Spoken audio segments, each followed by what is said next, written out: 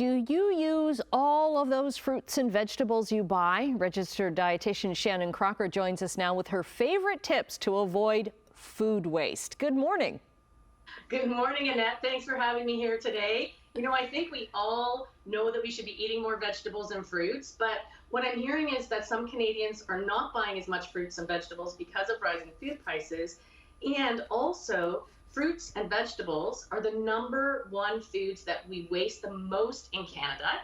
So to help you to save money, reduce food waste so that you're not reducing the actual or wasting the actual food or the resources that went into it, and also to boost nutrition so you'll be eating those vegetables instead of tossing them in the compost pile, I'm going to share some tips and strategies with you today.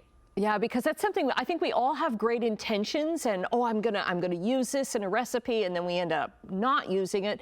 What's the first thing that kind of spoils and goes bad? I know in my house it's lettuce.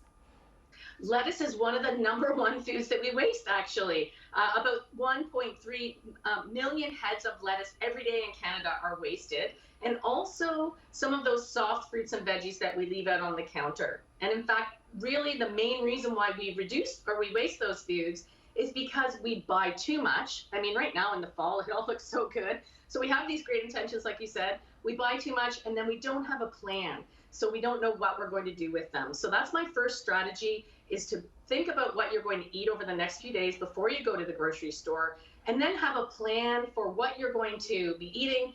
Buy just the veggies and fruits you need and know what you're going to do with them. Because even if something is on sale, if you're not going to use it, that's just money that you're throwing away.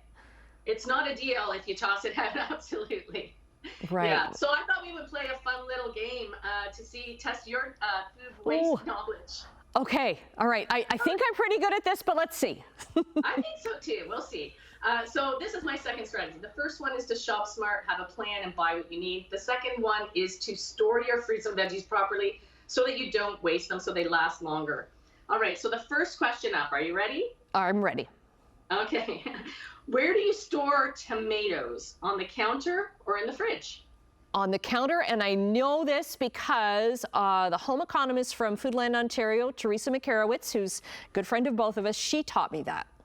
Yes, absolutely. So I love Teresa. She's great. She's awesome. Tips.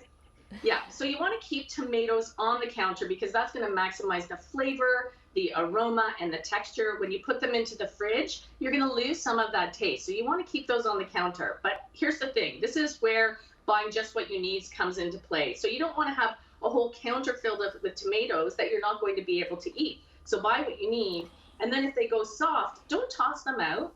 Saute them with some olive oil, make into a soup, or make them into a sauce. And here's kind of a neat nutrition fact. Tomatoes have a compound called lycopene that's actually an antioxidant, gives them their red hue.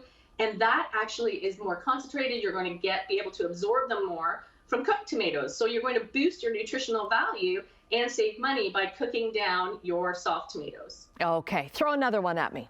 All right, so we go to the grocery store and we hit that reduced rack, which I always do. I love it, great for getting value.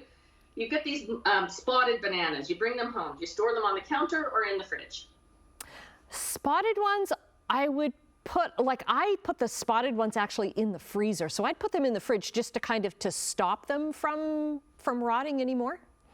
Yeah, absolutely. So you don't want to stop the ripening process. Yeah. You can store them in the fridge. The peels will go brown, but they'll still be okay on the inside. I do the same thing. So I store them on the counter if I'm going to be using them that day or the next day, but I will peel them, freeze them, put them in the freezer so that I can use them in smoothies later on. Okay, we've got about a minute left, I'm hearing, so give me some more. Okay, so potatoes and onions, together or separate when you store them? Separate? Separate, because onions give off a gas, a natural compound called ethylene.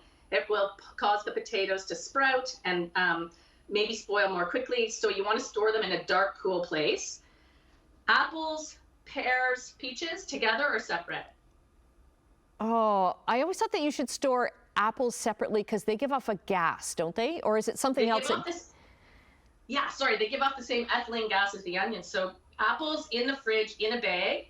Pears and peaches you can keep on the counter just until they're ripe, then move them into the crisper drawer. And if you need to ripen them quickly, put them into a bag with an apple or a ripe banana, and that will ripen them so that they're ready to eat.